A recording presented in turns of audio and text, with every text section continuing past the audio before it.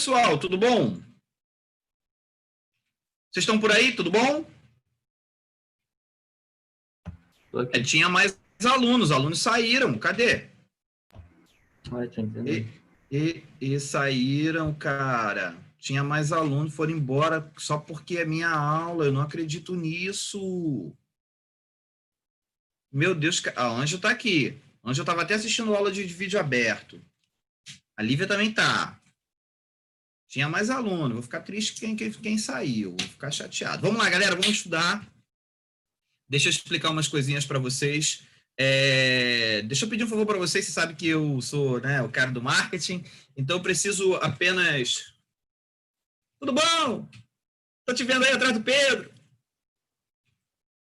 É sua mãe, Pedro. Jocelane. Olha só, deixa eu explicar uma coisinha para vocês. Eu vou precisar da ajuda de vocês da seguinte maneira. Quem puder e quiser, você sabe que eu estou pedindo de forma muito, assim, tranquila, não é uma imposição, mas eu estou precisando muito.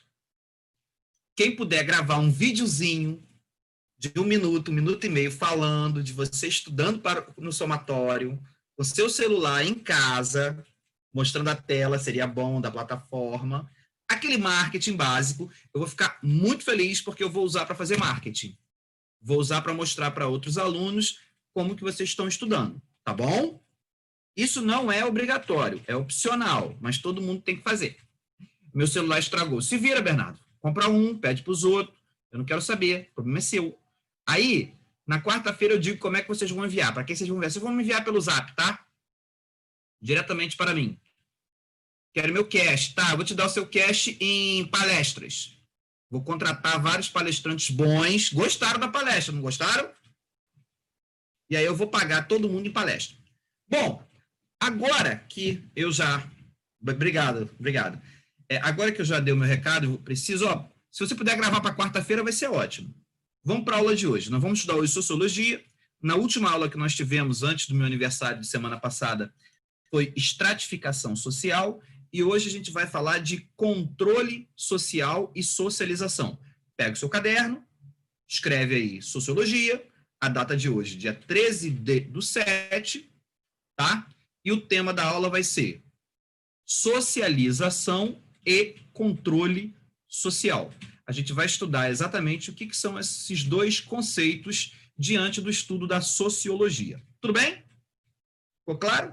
Estou vendo aí a Luiz escrevendo, que bonito, socialização e controle social, não esqueça da data, todos vocês, e agora vou compartilhar a tela para que vocês vejam o slide que eu preparei. Me acompanhem, está aqui. O tema está bem bacana, todos estão observando, socialização e controle social. Perfect? Vamos ver se a gente aprende alguma coisa sobre isso. Bom, pessoal, primeira coisa, socialização. O que seria a socialização? Como o próprio nome está sugerindo, é o processo onde cada um de nós, indivíduos, somos integrados, entendeu? Na sociedade. E isso se dá desde o nosso nascimento. Querendo ou não, nós sempre somos inseridos na sociedade a partir da aprendizagem que nós temos de como que uma sociedade que a gente está sendo inserido funciona. Tá? Essa inserção e integração do homem numa civilização é o seu processo de socialização. O que eu quero que vocês entendam é que esse processo, ele ocorre, muitas das vezes, de uma maneira... Muitas das vezes, não. Todas as vezes, ele ocorre de uma maneira impositória. Ou seja, vocês não escolhem, quando nascem, como que vai ser a sociedade que vocês vão viver. Vocês simplesmente, quando nascem, são obrigados, essa palavra pode parecer um pouco dura, mas é realmente assim que funciona. Vocês são obrigados a compreender quais são as regras, as normas, as leis, os princípios, os valores, os juízos da sociedade em que vocês nasceram. Na condição que vocês nasceram. É claro que, dependendo da sociedade, a maneira pela qual você vai ser socializado é diferente. Vocês concordam comigo?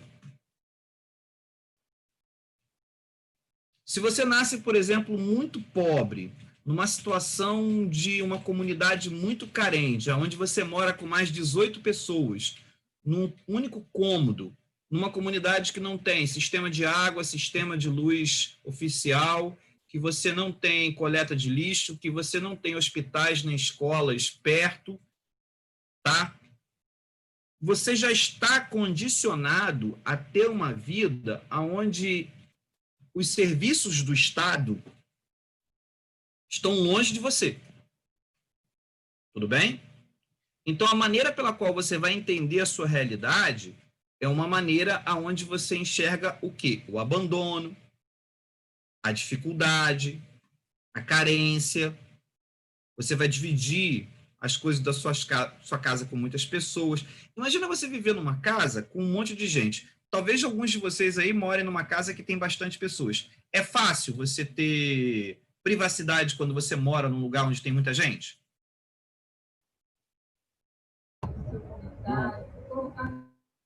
Claro que não. Aí fica difícil você assistir uma aula. Fica difícil você... Estou vendo, por exemplo, aqui em casa. Tem hora que eu tenho que dar aula, o Thiago também tem que ter aula, e a gente não pode ficar no mesmo cômodo, senão um atrapalha o outro. Então, isso tudo interfere na maneira como a gente promove o que a gente chama de socialização. Uma das coisas que a gente aprende rápido é desempenhar papéis. E a gente começa a participar de categorias sociais. Ou seja, quando a gente é criança, logo botam na nossa cabeça de que a gente é criança. Quando você se entende por gente, esse é o primeiro grupo que você participa. É você se reconhecer enquanto criança. É você se reconhecer, inclusive criança, ela reconhece que ela não é o adulto, que os adultos podem ser seus pais ou seus responsáveis e que ela deve obediência a eles. E a maneira como a gente aprende que deve obediência aos nossos pais é muito interessante, que normalmente é pelo controle da força, né? Se a gente não fizer o que nossos pais disserem que a gente tem que fazer, eles podem nos castigar. E aí, engraçado que a maneira que se trata a criança não é só o da violência, como também o do apelo emotivo, né? Os pais falam assim, olha só, eu não gosto mais de você, que coisa feia. Ou seja, a gente apela para aquilo que o adulto odeia, que é a violência, né, e a agressividade afetiva. E a gente, criança, fica assim, meu pai não gosta mais de mim. Cara, a gente é muito cruel com as crianças. Mas assim, é uma maneira, tá rindo, né, Luiz? É verdade, é isso mesmo. A gente acaba desempenhando essa maneira de inserção que a criança se reconhece na sociedade como sendo criança, e a partir dali, quando ela vê uma outra criança, quando ela vê alguém que é do mesmo conjunto dela, ela procura uma aproximação. E se ela for aceita, que normalmente criança aceita uma outra, esse processo está acontecendo e você começa a respeitar. É muito claro você observar que quando a criança vai para a escola, isso é muito interessante para o Jardim 1, né? O Jardim 2, o Jardim 3, o maternal. Gente, a criança chega cheia de mania. A criança, ela normalmente, umas querem participar, outras não querem participar. Por quê? Porque cada família é diferente, cada família dá uma certa liberdade, cada família tem um horário, cada família trata as crianças de um jeito, enquanto que uma cobra mais, outro cobra menos, deixa de fazer tudo e tal. Tem criança que é muito violenta, tem criança que não é muito violenta, tem todo tipo. Só quando ela chega na escola, a escola faz o papel de não ser a família. E aí a escola não, trata de maneira afetiva, mas a afetividade da escola é uma afetividade universal e não individual. A professora, ela trata você como trata todo mundo. E aí você começa a entender, olha que coisa interessante que acontece na mente da criança e você nem se dá conta disso, de que a professora gosta de você, ou não gosta, mas esse gostar e não gostar não tem a ver com emoção direta de família.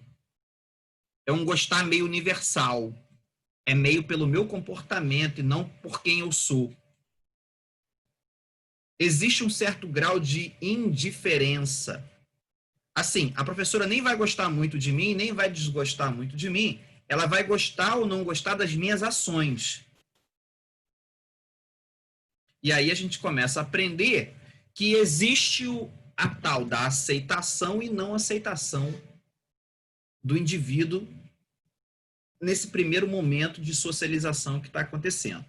Para entender um pouquinho esse processo, vamos entender aqui de socialização primária. Para Durkheim, né, que um dos principais sociólogos, a existência de uma sociedade só se dá quando o indivíduo é capaz de assimilar valores, costumes e hábitos que definem o modo pelo qual o grupo social se comporta. Isso acontece logo na infância. Você aprende os hábitos. Por exemplo, uma das primeiras formas de você se socializar é a linguagem. Quando você aprende a linguagem e você aprende a se comunicar, dentro da linguagem, já, até por conta das palavras que a gente aprende, como a gente aprende, as emoções que são passadas para nós, tudo isso está constituindo na gente um conjunto muito grande, muito extenso de valores e juízos, de costumes e hábitos. E a partir desse momento que a gente vai se constituindo, a gente vai estar se socializando de forma primária, segundo Durkheim. No entanto, com o passar do tempo, à medida que você vai ficando mais velho, você vai tendo mais consciência de que esse processo não é simplesmente natural, como parece de início, né? Ah, não, o mundo é assim mesmo, né? Ó, eu tenho família, você tem família. Mas aí quando você vai para a escola, começa a entender que existem outras sociedades, que existem outras formas de viver, de que você necessariamente não é a pessoa... Criança não entende negócio de riqueza, pobreza. Se ela nasce rica, ela não sabe que ela é rica. Se ela nasce pobre, ela não sabe que ela é pobre. E nem faz o mesmo juízo de valores, né, conforme a gente faz, do que é ter dinheiro, do que não é ter dinheiro. Mas quando você vai ficando adolescente, você vai entendendo isso. E aqui é que nasce a socialização secundária, que, segundo alguns especialistas, são bem interessantes. Que é aqui que nasce, por exemplo, a ideia de se você é ou não é, se vê como mais importante ou menos importante do que os outros grupos. Mas todos concordam. É nesse momento que você enxerga que os grupos sociais não são iguais. Você enxerga que existem uns grupos que são privilegiados e outros grupos que são desprivilegiados. Você tem contato com o racismo, você tem contato com o desprezo, você tem contato com o que a gente chama de preconceito, preconceito velado, aquele estrutural, aquele preconceito que já está enraizado na forma de falar, na forma de ver o mundo, e aí você internaliza. Ou você internaliza, quando você começa a perceber que a vida é dura. É mais ou menos, Michel, não sei se todos vão perceber que a vida é dura. Se você percebeu que a vida é dura, pode ser que você tenha se colocado no grupo dos desprivilegiados e entendido que existem grupos que têm privilégios. Isso pode ter te causado uma indignação. Ou pode ser o contrário, por exemplo, você pode ter reconhecido que existem grupos melhores e piores e que você faz parte de um grupo melhor. Ou pode acontecer as duas coisas. Por exemplo, quando é que nasce o racismo dentro da gente? Ou o preconceito? Em que momento que você achou que você era melhor se você for branco?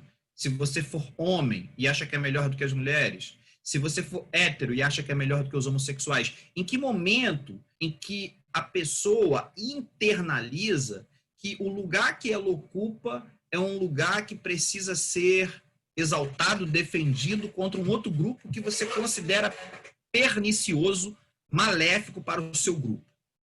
E aí começam os conflitos sociais. Em que momento que o aluno enxerga o professor como um inimigo? Como alguém que eu devo tentar enganar para poder chegar num caminho mais curto? Em que momento em que o patrão se torna seu inimigo? Os pais se tornam seu inimigo? Quando é que você começa a ver que você tem uma diferença muito grande? Quando você é criança, você vai muito na aceitação. Aí, em determinado momento, você começa a quebrar as cadeias com seus pais. É muito comum na adolescência, por exemplo, vocês vivem isso, sabem? Os pais não gostam mais de ser comparados, os filhos não gostam mais de ser comparados com os pais. Pelo contrário, eles querem fazer tudo diferente. Eles não querem ser igual aos pais. Faz parte da identidade cultural que você está constituindo em você. E aí você precisa romper, entendeu? Mas em que momento que isso começa? Quando é que você assimila valores e é justamente na adolescência que vai nascer todas as nossas visões da sociedade. Isso muitas das vezes nasce de maneira errada. Por quê? Porque eu fui influenciado por fontes, seja a mídia, seja a família, seja os amigos, a escola, seja um grupo religioso, vai colocar na sua cabeça, isso não é de maneira, digamos assim, gente, leviana ou maléfica, isso é naturalmente. Naturalmente, os grupos defendem suas visões. E dependendo de como foi apresentada uma visão para você, você pode comprar aquela ideia. Porque você reconhece que aquela ideia tem algum tipo de lógica na narrativa. Principalmente se essa lógica te beneficia. Se você acha que essa lógica do cara falando, olha, isso aqui é bom para você e tal, que não sei o que lá, porque aí você compra aquilo ali, porque há uma tendência natural do ser humano de querer que algo seja bom para ele. E pode ser nesse momento em que você começa a entender que o que é bom para você não precisa ser bom para todo mundo. E aí nasce certa separação. Se você compreender que o que é bom para você, que o que é bom para todo mundo acaba sendo bom para você e passa a defender o que é bom para todo mundo como mais importante, aí o processo se deu de maneira coletiva. Um dos grandes problemas que os sociólogos apontam na formação individual de cada cidadão é de que se ele não aprender que existe o benefício coletivo, que ele é mais importante do que o benefício individual, gente, a carreira individual de vocês é importantíssima, mas ela não vai ser tão importante para a vida de vocês quanto, por exemplo, o crescimento coletivo. Eu já deixei isso claro para vocês, senhores. Vocês podem ser as melhores pessoas do mundo do que fazem. Se vocês viverem numa sociedade pobre, vocês vão colher pobreza. Vocês podem não ser muito bons no que fazem, mas se viver numa sociedade rica, próspera, trabalhadora, vocês vão receber o benefício dessa sociedade. A gente tem uma ilusão criada pela mídia de que o sucesso depende única e exclusivamente do indivíduo. Eu vou falar uma coisa para vocês meia triste. Depende muito menos de você do que da sociedade. Vou te dar um exemplo. Vocês estão ralando pra caramba para passar no Enem. Por quê? Porque a coletividade da nossa sociedade cria uma barreira muito grande para o acesso ao nível superior. Se esse acesso fosse mais fácil com mais vagas, vocês sofreriam tanto? Não. E se fosse mais difícil do que é? Vocês sofreriam ainda mais, concordam? Então, a ação coletiva interfere muito, muito, muito no que a gente classifica como sucesso. Professor, então eu não tenho nenhum papel na sociedade? Tem, claro que tem. Só que eu vou deixar bem claro para você.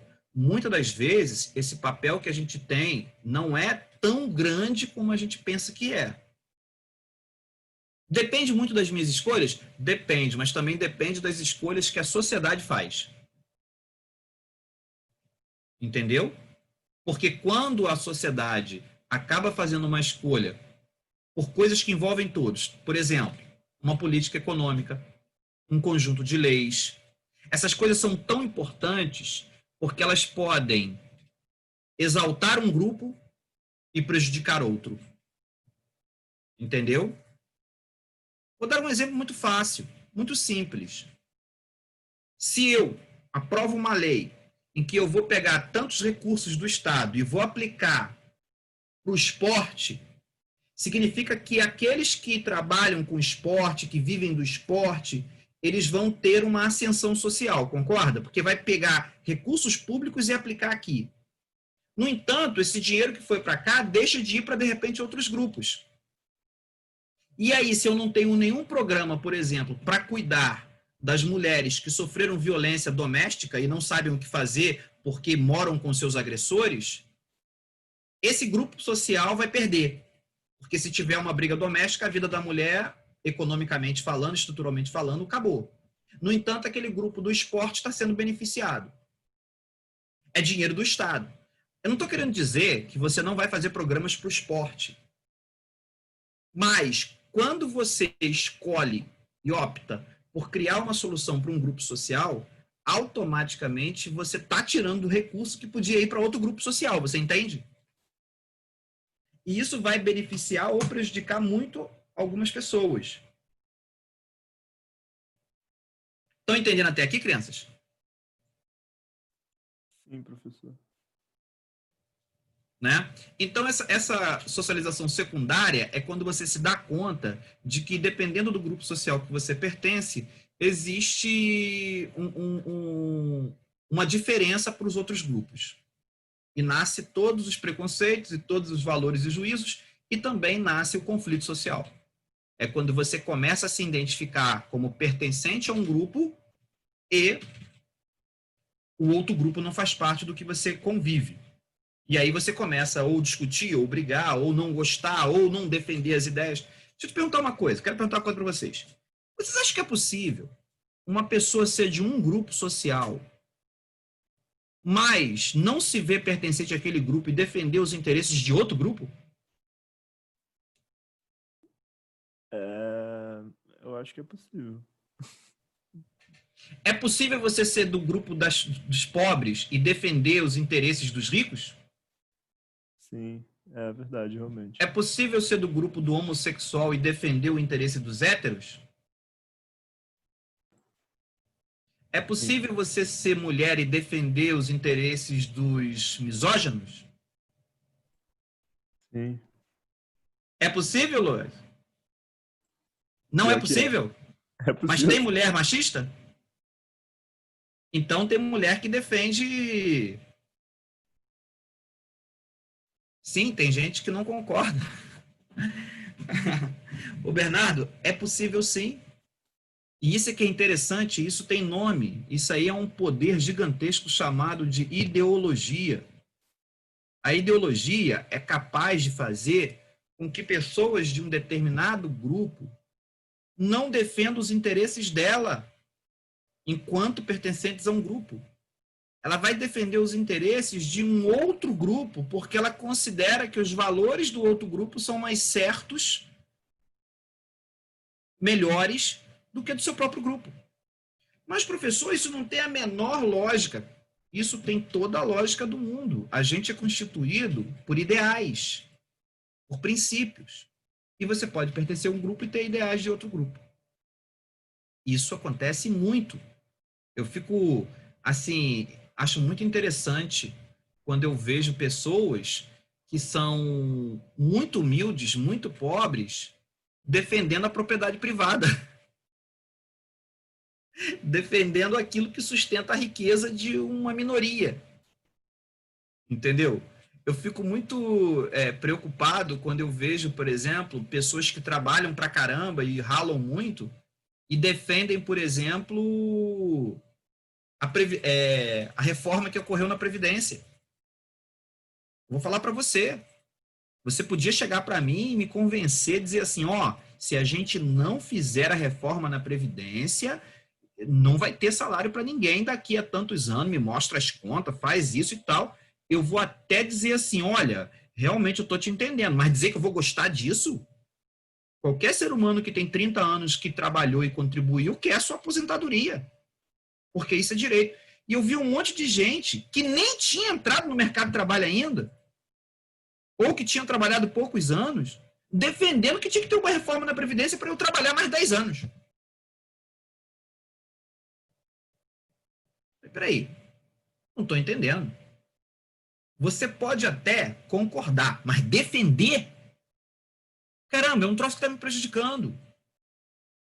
E tanto é que agora, né, a reforma da Previdência passou, veio aí a pandemia, encontraram não sei quantos bilhões, que eu não sei nem onde que estava esse dinheiro. Onde é que estava esse dinheiro? Que deu aí 600 conto aí para todo mundo aí. Ah, não, esse dinheiro veio de onde? Quer dizer que era falta de dinheiro? Será que era falta de dinheiro mesmo? Que não pagava a Previdência? Ou eu não sei fazer conta? São essas coisas que a gente tem que se perguntar para entender. Mais de uma parcela ainda. É verdade, Bernardo? É dinheiro pra caramba. E vou falar pra você, se não fosse a ajuda do governo, a economia tava no buraco, tá? O que está salvando a economia é as parcelas do governo, porque entrou muito dinheiro na economia. Mas vamos lá, vamos continuar para a gente entender um pouco mais sobre o processo de controle social. Controle social. Bom, pessoal, olha só. Qualquer sociedade, para funcionar, não dá para ela funcionar com cada um fazendo o que quer. É necessário existir um controle. Esse controle, né, ele surge para a gente logo no processo de socialização. E ele vai se manifestar através do quê? Das regras, dos costumes, dos valores e das leis.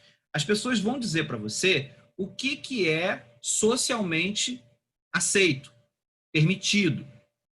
E essa é a primeira forma de controle social que existe, que são os limites estabelecidos pela sociedade do que você pode fazer. Você logo aprende que você não pode andar nu por aí, que você não pode pegar as coisas que é dos outros, que você não pode andar batendo nos outros, mordendo os outros, enfiando o dedo no olho dos outros. Você logo aprende que matar uma pessoa é crime. Você vai aprendendo essas coisas porque o grupo que você cerca, e não só o seu grupo, por exemplo, a família, ou se você foi criado num orfanato, o orfanato, se você foi criado na rua, o grupo da rua, as pessoas vão te explicando quais são os limites. Esses limites não são iguais de todos os grupos, cada grupo tem seus próprios níveis de limite. E o que se espera desse comportamento? Controlar o que se espera com essas ações? Controlar o comportamento humano. E nenhuma sociedade existe sem controle. Tem que ter controle. Quando uma sociedade vai se tornando muito complexa, isso lá na antiguidade, veio a necessidade da construção de um órgão específico do Estado para cuidar principalmente desse controle. E esse órgão é a justiça. Todas as civilizações que se constituíram lá na antiguidade viram que, se não houvesse um sistema de justiça, aquela sociedade não perduraria, ela não continuaria existindo. Os conflitos sociais são tantos que eu preciso definir uma regra. E nesse contexto, a lei entra, não estou discutindo aqui nem quem aplica a lei, só para vocês terem uma ideia, lá nas civilizações antigas, quem aplicava a lei era o próprio líder, era o executivo, né? O faraó era o próprio juiz, o rei era o próprio juiz, isso lá na antiguidade. Hoje é um órgão separado, mas esse é outro assunto que a gente vai discutir no iluminismo. A gente começou a discutir, na verdade, né? O que eu estou querendo dizer para vocês é que a lei, a justiça, ela é feita para controlar a sociedade. E, como eu disse, por exemplo, foi no iluminismo, a lei ela tem duas funções. Ela tem a função de punir, mas também tem a função de educar. Como que é? Pelo exemplo. Olha o que acontece com aquelas pessoas que fazem tal coisa. Aí eu mostro para você. E aí eu crio a ideia forçosa de que isso é certo e de que isso é errado. Esse é um grande controle social, né? E a gente vai chamar isso de quê? Do direito, né? O direito, que é o conjunto de leis estabelecido por uma sociedade e aplicado, é o que vai promover o que a gente chama de controle formal, que é o controle pelas leis, e o informal, que é o controle pelos valores. O formal é o punitivo, é aquele que vai te processar, te prender, te privar de algumas coisas. E o informal é aquele que vai educar aquelas pessoas que não foram necessariamente punidas, mas sabem que existe a lei. Né? Já deve ter acontecido alguma vez, comigo já aconteceu, não sei vocês, que você chega para fazer, pô, então vamos fazer tal coisa. Aí alguém diz assim para você, isso não pode porque a lei não permite. Isso é ilegal. Então você não pode fazer. Ou seja, quando você se depara com um limite imposto numa lei, você não precisa sofrer a ação da lei para ser educado pela lei, para sofrer a força da lei. A lei é tão forte que ela funciona sem ser aplicada. É igual perguntar para vocês assim, você acha que a lei que condena as pessoas que cometem assassinato, ela serve para quem matou, mas ela serve também para um monte de número de gente que não matou ninguém, concordam comigo? Seria o controle informal. Ficou claro para vocês? Isso acontece também com a questão dos valores. As normas são essenciais, nenhuma sociedade existe sem as regras, sem as normas. A função primordial da lei era produzir justiça efetiva e regular social, mas acabou se desvirtuando em favor dos comandantes do Estado. Isso foi o que aconteceu logo nas primeiras civilizações. Quem passou a criar a lei e controlar a lei se deu conta de que é uma maneira muito fácil de você criar grupos privilegiados e desprivilegiados. Como que eu crio grupo privilegiado, professor? É dando dinheiro? É quando um grupo tem acesso à lei e outro não tem. É quando a lei vale para um grupo, mas não vale para outro. Uma das formas de você ter um controle social muito perverso era, por exemplo, a escravidão. O que a escravidão fazia lá na Idade Antiga e também aqui no Brasil colonial? Pegava uma massa gigantesca de pessoas e dizia assim para elas: vocês são inferiores. Por quê? Porque vocês não têm acesso à lei. Vocês não são cidadãos. O cidadão é aquele que tem acesso aos direitos e deveres do Estado. Quando eu não tenho cidadania, significa que eu não sou socializado. Significa que eu sou, dentro daquela sociedade, alguém que está à margem. Ou seja, eu sou marginal a essa sociedade. Compreenderam? Então, quando você tira, aí você vai dizer assim para mim: professor, mas no Brasil a lei é igual para todos. Sim, no papel. No entanto, a nossa lei tem tanta burocracia, tantas interpretações, que se beneficia da lei ou se prejudica na lei quem tem bons advogados. Quem tem dinheiro para pagar os melhores advogados vai sempre encontrar uma situação em que a lei o beneficie. E o pobre do coitado que não tem como pagar pelos especialistas da lei, o que vai acontecer com ele? Vai cair, por exemplo, na mão dos mandões, aqueles que vão dizer para você o que vai acontecer. O que tem de gente pobre, presa em delegacia, que não foi a julgamento ainda, que não inicializou sua pena e que nem sabe em qual artigo e qual crime cometeu, vocês não têm ideia. As pessoas, dependendo do seu nível de conhecimento, elas nem sabem que quando você comete um crime, você precisa ser julgado, você tem direito a um advogado. Ah, professor, tá brincando que não sabe. Tem gente que não sabe, tem gente que pensa que foi prego roubando e que você foi levado para a cadeia e que você vai ficar preso até a pessoa cismar de te soltar. Uma das coisas mais engraçadas que tem no nosso país é que a maioria dos presos se dão conta de lei, sabe aonde? Lá dentro da cadeia. É dentro da cadeia que funciona um perverso mercado onde os advogados de plantão espertos se fazem presentes para dizer: ó, eu posso te ajudar. E aí vem com aquela coisa: aquilo que era direito vira comércio. E você vai ter que pagar. Por quê? Porque se você não pagar, ninguém vai te dizer como é que sai de lá. E tem um monte de pessoas muito pobres, muito sem nenhum tipo de regra, que está padecendo na cadeia, sem nem ter ido a julgamento. Não sei se vocês sabem, mas prisão preventiva, ela tem que durar pouco tempo. Tem gente que já tem mandato para ser solto há anos e o delegado mantém o cara preso. Ninguém reclama, sabe? Ninguém diz nada. Se for uma pessoa importante, não fica 24 horas preso.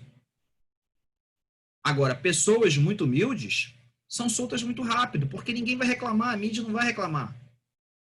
Aí eu pergunto para vocês, será que a gente vive numa sociedade onde todos têm os mesmos direitos? Não estou dizendo de grana, eu estou falando de direito. A lei pode ser a base para se alcançar os objetivos da coletividade. É verdade. Uma lei bem feita, ela beneficia muito a todos. Uma lei mal feita, pensando apenas num grupo, prejudica muito. Eu vou dar um exemplo para vocês disso. Me perdoe, mas eu tenho que falar disso. Quando o ministro do Meio Ambiente falou aquela frase naquela reunião que ele queria passar a boiada, ele estava dizendo o seguinte: ele queria que houvesse mudanças nas regras que estabelecem como que uma pessoa pode explorar as terras que são consideradas terras de reserva entendeu? E ele queria liberar para que essas terras que são reservas, ou seja, estabelecidas em lei que devem existir para proteger o clima, a fauna, a flora de um determinado país, que isso é um processo científico. Ele queria o quê? Acabar com essas defesas e criar um mecanismo que as pessoas, que eu não sei quais são esses grupos, mas certamente ele conhece, teriam acesso a essa imensidão de terras para que essas pessoas pudessem produzir. Ou seja, as pessoas viveriam donas de muita terra, grandes fazendeiros, que, segundo a lei, pertence a todo o território nacional. Essa lei é uma lei que vai beneficiar a coletividade ou vai beneficiar um grupo e no futuro vai prejudicar todo mundo por conta da alteração do clima? E aí vem os economistas de plantão e diz assim: ah, mas aquela terra lá está parada, a gente tem que produzir para poder gerar emprego. As pessoas precisam trabalhar. Senhores, pensem direitinho que quem está no poder, muitas das vezes, pode estar tomando decisões que não é para beneficiar a coletividade. É para beneficiar só seu grupo. E esse que é o grande problema. É ali que a sociedade tem que fiscalizar. Exige conduta específica para a organização do comportamento humano, emana do Estado, não é facultativo. Essa é uma parte muito perigosa, né? É a parte que diz o seguinte: nós não podemos escolher trocar o Estado. A gente vive numa democracia. O Estado é eleito. Tem regras.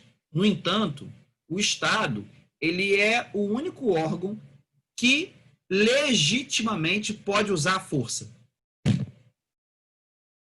Legalmente pode mandar prender, pode soltar, pode acusar. Ah, professor, mas tem leis para nos defender. Sim, mas você não pode usar a força. O Estado pode. Se você pegar numa arma e sair na rua para defender a sociedade, é uma contravenção. Mas o policial pode, porque ele faz isso em nome do Estado. Vocês não acham assim uma coisa muito doida? Você legalmente dá uma arma na mão de um ser humano? Com todas as dificuldades e inconsistências e variação de humor que o ser humano tem? Me responde vocês aí. Imagina se vocês tivessem o direito legal de portar uma arma e o dever de proteger a sociedade. Como é que vocês se comportariam enquanto policiais? Eu acho que, independente, as pessoas iam agir de acordo com os próprios interesses. Aí você vai dizer assim para mim: mas professor, eles não fazem curso, eles não aprendem, mas será que aprendem tudo? Será que eles vão defender os interesses da coletividade ou eles vão defender os interesses pessoais? Será que a gente tem uma polícia que defende a sociedade ou a gente tem policiais que defendem pequenos empreendimentos próprios porque eles são legitimados em usar a força? E quem comprar a defesa deles leva? E se eu disser para você que é exatamente assim que funciona? Que os ricos e os bandidos compram a força dos policiais? Principalmente aqueles que poderiam. Não de todos, gente. É claro que existem honestos. Não estou dizendo que não existe. Mas, principalmente no nosso estado, Rio de Janeiro, é um problema muito sério, porque há muitas décadas que a polícia no Rio de Janeiro ela é muito mais um poder paralelo que faz valer a vontade de quem controla do que propriamente um órgão para defender a sociedade. Por isso que no Rio de Janeiro é onde mais se prolifera a criminalidade e a corrupção.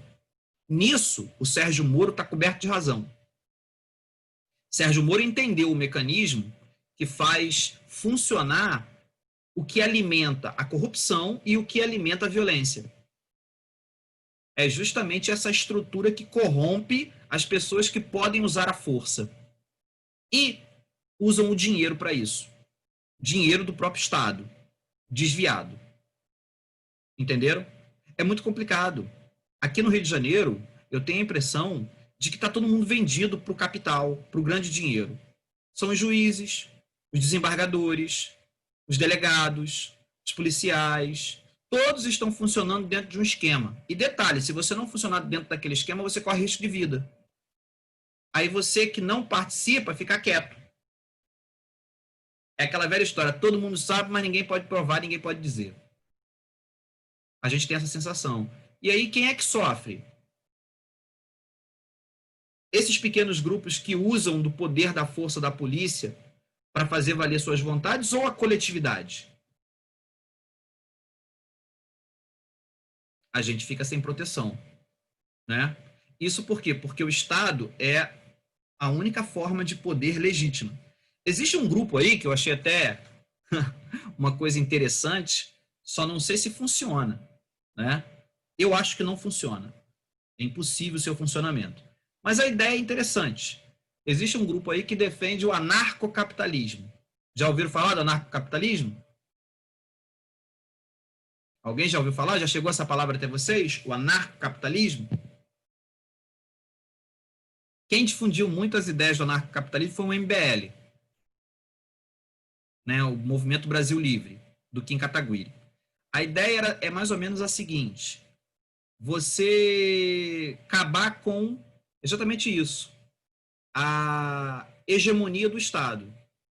Na cabeça dos libertários, como eles preferem ser chamados, e não anarcocapitalistas, o capitalismo seria a única maneira de instituir o que cada um iria fazer. Por quê? Porque o poder do dinheiro ia vigorar legalmente. A brincadeira seria assim: você teria vários estados e você poderia escolher qual obedecer, porque cada estado seria uma empresa. Imagine você, tem um estado, tem outro estado, tem concorrência. Vários governos que são empresa. E os governos oferecem um conjunto de lei, um conjunto de assistência social, proteção policial, educação e saúde. E você pagaria X de impostos para que esse estado te representasse. E teria outro estado. E outro e outro. E a sociedade poderia escolher dentre vários estados diferentes para poder fazer valer a sua lei. Imagina, você vivendo dentro da mesma sociedade tivesse 3, 4, 5 leis, códigos de leis diferentes. Ó, nesse você não pode fazer isso, mas naquele eu posso. É mais ou menos parecido com os Estados Unidos, é mais ou menos assim, de certa forma, só que os Estados Unidos é por local. Por exemplo, permite aborto nesse estado, mas naquele ali não permite. Ali, por exemplo, você tem uma aposentadoria melhor, mas de compensação a polícia do outro é melhor. Você acha que dá certo? Vários estados funcionando dentro de uma mesma sociedade e o ser humano escolhendo qual pertencer? Aí você está sendo roubado. A polícia que está perto é do outro estado. Não é do que você paga. A polícia vai te proteger? Ou só protege aquele que paga? Por isso que eu acho que não dá certo, entendeu? É muito complicado, seria muito complicado essa aplicação de... É interessante o debate, né? Mas é muito louco, eu acho que não funciona. Mas, Fala. tecnicamente, as pessoas iam ser separadas pelos grupos de interesses delas. Aí, por exemplo, se uma pessoa quisesse determinada coisa, ela ia viver nos arredores do estado que permite. Perfeito, concordo com você. Só que a gente não é influenciado só pela questão econômica e do direito para viver a nossa história. E os nossos laços, por exemplo, com a família, com a religião, com, por exemplo, a gente entra num grupo religioso que tem diferentes grupos sociais lá dentro. A gente entra numa escola e tem diferentes classes sociais representadas. Então eu fico pensando que fica muito complicado, porque como é que a gente vai acabar se afastando se a gente tem outros tipos de laços que não são só os econômicos? Por isso que eu acho que não funcionaria. Essas pessoas que estão defendendo o anarcocapitalismo são aquelas que estão decepcionadas com a democracia. E não querem a ditadura, porque a ditadura seria pior ainda. E aí elas estão tentando encontrar um outro caminho.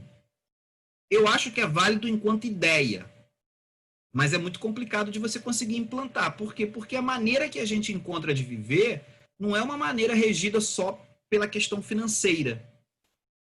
Entendeu? O certo mesmo seria o Estado funcionar, né? O problema é que a gente está contaminado com corrupções e visões diferentes de sociedade e muito preconceito. E o problema que vocês estão vivendo é que a democracia, ela expõe isso.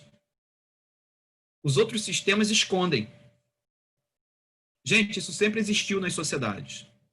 A única diferença é que a democracia escancara. Eu vejo pessoas dizerem assim para mim: ah, professor, meu pai dizia que na ditadura não tinha isso. Claro que não tinha. A ditadura não tinha imprensa livre. A imprensa não podia falar nada do que o governo fazia de errado. Não podia falar da violência da polícia. Não podia falar nada disso. Um monte de gente era executada, morta, a polícia matou um monte de gente, então ficou por isso mesmo. Por quê? Porque então a democracia, ela é um formato de sociedade em que expõe as suas mazelas. E aí todo mundo fala assim: poxa, a gente vive numa sociedade muito ruim. Tem crime, tem isso, tem aquilo outro, tem aquilo outro. Todas as sociedades são assim, gente. Eu fico bobo quando a pessoa vira para mim e fala assim: a gente está numa sociedade que está muito violenta. Gente, e se eu falar para vocês que a gente vive numa época em que a violência ela é muito menor do que foi ao longo de toda a história da humanidade? Que nunca houve tanta segurança. Mentira, professor. Claro que se você se comparar com países desenvolvidos, o Brasil é um lugar muito inseguro. No entanto, se você for comparar com a história da humanidade, que houve guerras, conflitos e saques, e que as pessoas tinham todos os seus bens tomados e que foram conquistados, escravizados, a gente vive numa sociedade até que muito boa, se for parar de pensar assim. Correto? Vamos lá, deixa eu pegar aqui. Agente de controle social. Então, o que promove o controle da sociedade, deixa eu olhar aqui, 52, entidades estatais de força jurídica, né, como os magistrados e as forças policiais e o Ministério Público. Professores acabam desempenhando um papel de controle social em sala de aula. Líderes religiosos, quando eles fazem pregações definindo conjuntos de valores e juízos que você deve praticar. Políticos, né, que acabam influenciando um grupo da sociedade, explicando para aquele grupo como que ele deve se comportar. Demagogos, que são aquelas pessoas que se aproveitam das fragilidades de uma sociedade para criar o discurso fantasioso que vai seduzir as pessoas para seguirem o pensamento dele. E é nesse ponto aqui que eu vejo, por exemplo, o perigo das redes sociais. As redes sociais, elas são perigosas, no sentido de que quando você influencia muita gente, você se torna uma pessoa que pode promover mudanças na forma de enxergar a própria sociedade. É por isso, gente, que é uma coisa muito nova. Não sei se vocês sabem, mas todos os grandes canais de mídia, eles precisam ser legalizados e são concessões do Estado. O que é uma concessão do Estado? Qualquer canal de televisão, para funcionar, desde que seja um canal aberto, ele precisa que o Estado libere para ele um uso por tantos anos. E se ele fizer alguma coisa de errado, o Estado pode cassar a concessão dele. Entendeu? Já um canal do YouTube, se você abrir um canal do YouTube, você não está submetido ao Estado. Você está submetido às regras da plataforma. E aí é que entra um problema muito grande, porque o YouTube não é brasileiro, ele é internacional. Ele pode punir você ou não mediante uma regra que não é sua, não é do seu país. E acontece às vezes algumas coisas, por exemplo, algumas pessoas estavam reclamando que construíram verdadeiros impérios no YouTube e começaram a ter 3 milhões, 4 milhões, 5 milhões de seguidores e começaram a ganhar muito dinheiro e contratar equipes, fizeram empresa e de repente o seu canal parou de ser monetizado. Porque o que ele falava não era mais válido por causa de pressões. E aí acontece com a vida da pessoa? Da noite para o dia ela perdeu tudo. Ela tem como, por exemplo, entrar na justiça contra o YouTube?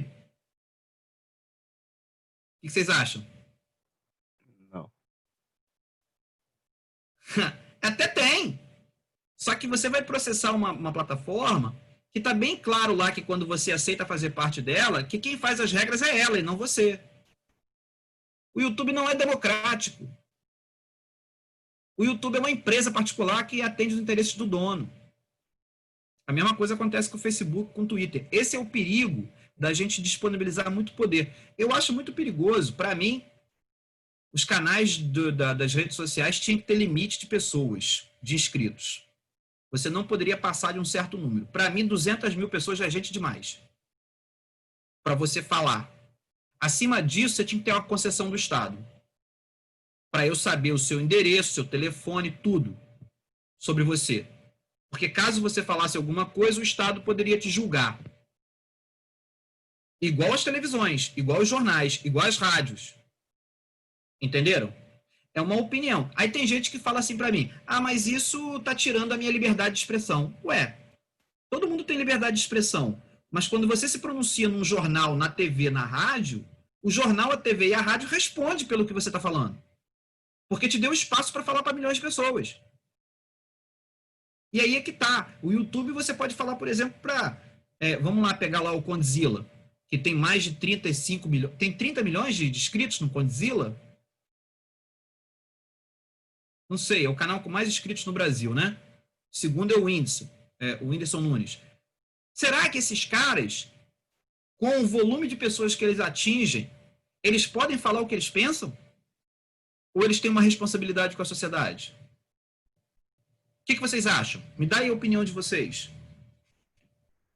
Esse poder todo na mão de uma pessoa que não foi nem eleita, é justo para a coletividade?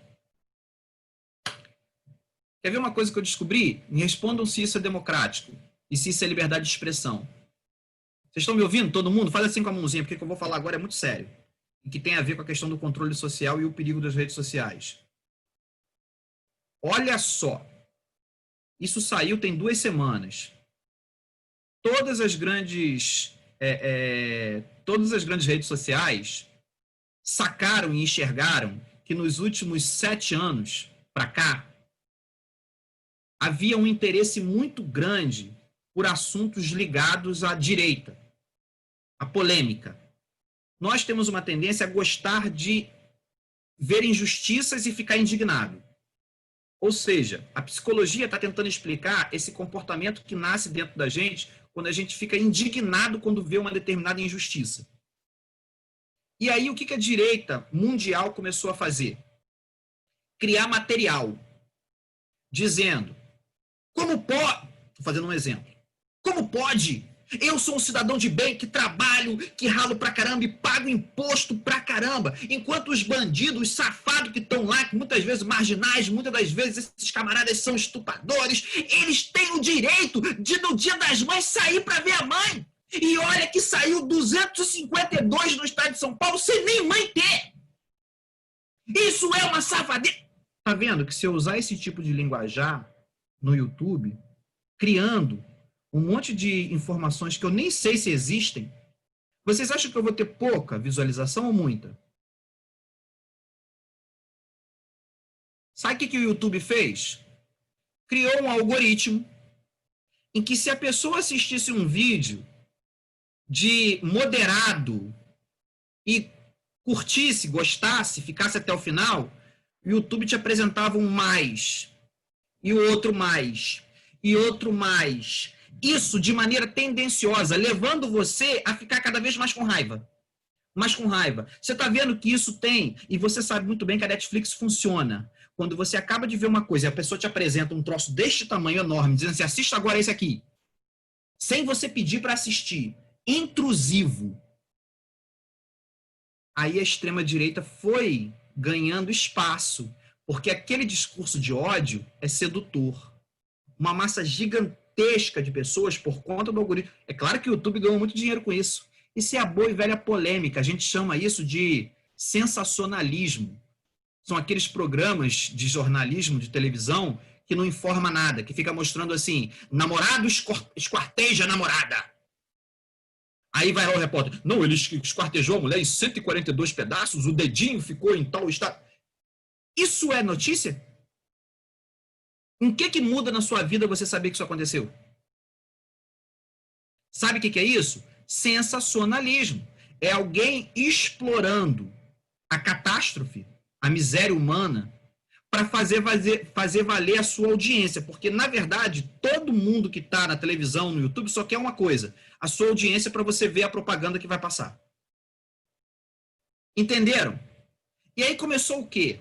Quando os vídeos de extrema-direita começaram a ter 300 mil visualizações, 400 mil, um monte de gente que nem ideologia tem, começou a pensar assim, caramba, eu sei fazer isso. Vou criar um canal para falar mal de qualquer pessoa. Quer ver uma coisa que dá muito certo no YouTube? Você pode ver que todos os grandes youtubers polêmicos fazem? Falar mal dos outros. Acusa os outros, diz que os outros é safado, diz que os outros roubou, diz que os outros é estuprador, que é pedófilo, que não sei o quê, que não sei o que lá. Fala mal de político, fala mal de pastor, fala mal fala mal da sua mãe, fala mal de todo mundo, fala mal de você mesmo. Falar mal com veemência, eu não sei porquê. As pessoas adoram esse tipo de discurso. Como se fosse uma coisa difícil de fazer. Aí um monte de jovens, um monte de pessoas que faziam outras coisas, largaram suas profissões para virarem o quê? Os famosos cavaleiros do apocalipse. Usam o YouTube para contar as desgraças e dizer o seguinte, tá vendo? A sociedade não presta. E aí defendem um sistema em que venha uma força maior, olha que perigo, para poder resolver isso tudo. E aí eles começam a atender os interesses de alguns políticos que estão muito interessados em ter essa força maior. Entenderam agora? Aí eu pergunto para você, isso é democracia ou isso foi implantado utilizando um monte de recurso? Quando você usa um algoritmo aonde você usou uma artimanha psicológica para poder atrair a atenção daqueles que se seduzem por violência. E violência é uma coisa incrível de ser estudada. Não sei se acontece com vocês, mas quando tem uma violência acontecendo, uma briga, você já viu que as pessoas ficam logo irritadas, todo mundo fica ligado, todo mundo fica... Porque a violência parece que contamina. Esse troço, se ela existe, ela é um troço que contamina as pessoas, e as pessoas ficam... E logo, logo você já tem aqueles narradores dizendo que se fosse com ele, faria isso, aquilo, outro, que se fosse comigo, eu fazia assim. Eu nunca vi, rapaz. A violência é um troço incrível. Senhores, todo mundo que estuda um pouquinho assim, aprende que isso é um recurso psicológico para você montar uma ideologia na cabeça, principalmente de pessoas que estão em fase de construção, que são os jovens. E aí eu pergunto para vocês, a quem que essas redes sociais atingem com mais força? Crianças e adolescentes. Professor, o senhor é a favor que acabe as redes sociais? Claro que não, senhores. Eu sou democrático. Mas eu reconheço que elas são tão perigosas ou mais perigosas do que qualquer outra instituição. Se a escola é perigoso, as redes sociais é muito mais. Entendeu? Pode fazer um estrago na sociedade gigantesco. E esse é o problema. Por quê? Senhores, vivemos em sociedade. Essa sociedade ela tem um controle. A gente passa por um processo de socialização, como eu expliquei para vocês. E se a gente não tentar enxergar de modo que a sociedade precise funcionar para que todos nós tenhamos uma vida boa, ela vai se destruir. Como eu falei com vocês, a sociedade não pode se desconstruir em pequenos grupos. Tudo que pregar que nós somos diferentes prejudica a coletividade. Temos que ser tolerantes. Eu sempre uso a velha explicação. Quando você está comendo arroz, você não fica pensando se o cara que plantou o arroz que você está comendo, se ele era nazista, se ele era socialista, se ele era anarcocapitalista, se ele era hétero, se ele era homossexual, se ele era branco, se ele era negro, se ele era cristão, se ele era espírita. Você fica pensando nisso quando você está comendo arroz? Mas o arroz que você come, alguém plantou, alguém transportou, entendeu? Alguém botou para vender para você ter ele lá no mercado.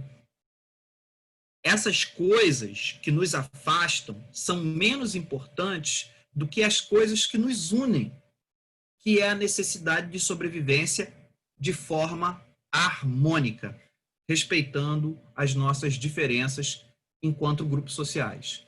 E esse é um desafio da sociologia: compreender os conflitos e tentar criar mecanismos para amenizar esses conflitos. Alguma dúvida? Ou eu expliquei tudo que eu queria explicar? Alguém quer falar alguma coisa? Alguém aprendeu alguma coisa? Fala para mim aí se aprendeu. Michel já bateu palma mandando embora. Eu sempre tenho a impressão de que quando bate palma é porque eu tenho que ir embora. Vai, professor, vai embora, vai embora, vai embora, vai embora. Vocês acham que a minha aula hoje foi uma aula indignada ou foi uma aula de coração aberto, puro e com carinho? Teve um pingo de desabafo. Não, não foi desabafo não, é meu compromisso mesmo. Fala, Giovana. Então, professor, tem uma pergunta. Esse pessoal, né, o senhor que estuda sociologia, e, enfim, vocês têm algum plano de sociedade perfeita? Assim, se você já tiveram algum debate assim, não, se a sociedade for assim, vai ser tudo maravilhoso, vai todo mundo ser muito feliz, ou isso realmente não existe, a gente está tentando procurar uma fórmula? Vamos lá, eu não vou ser nem cético. O cético é o cara que acredita que não existe solução.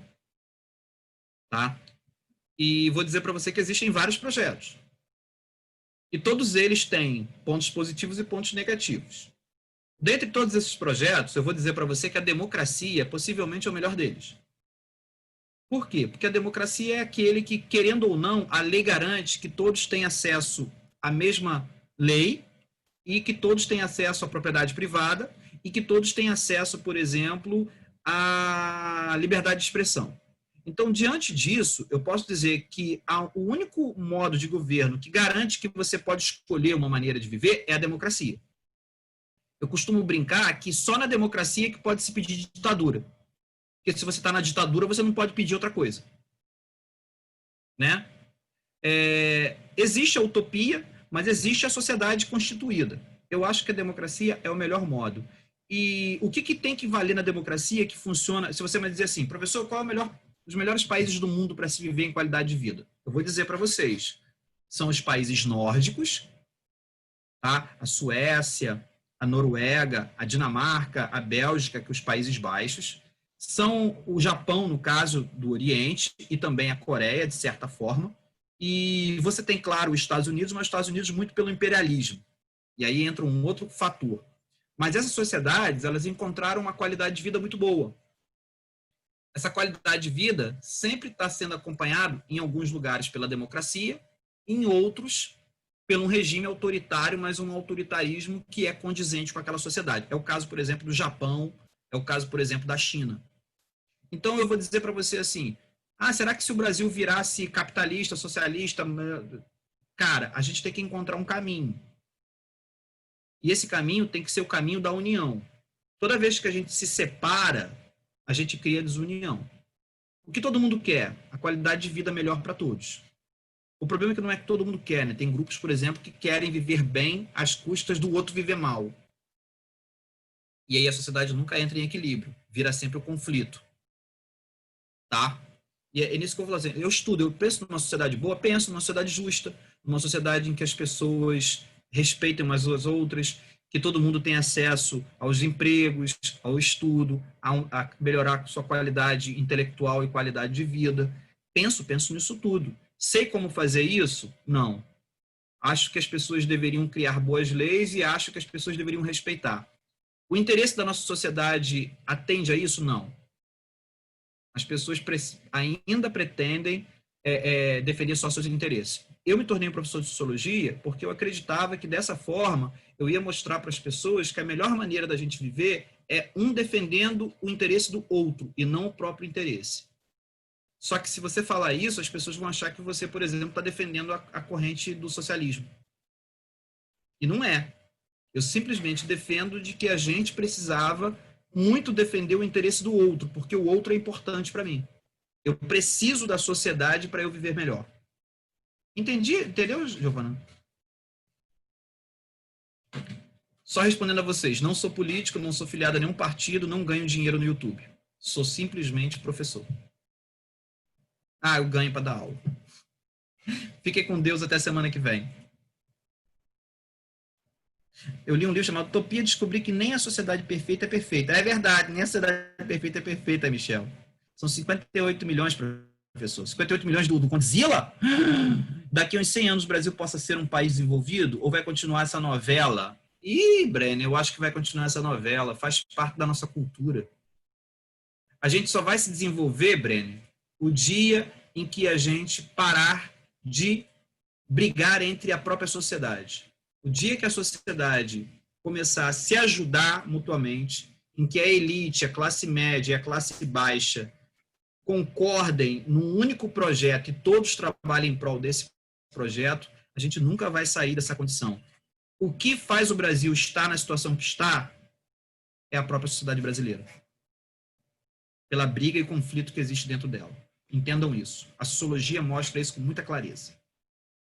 Acho que respondi todo mundo. Fica aí. Adeus!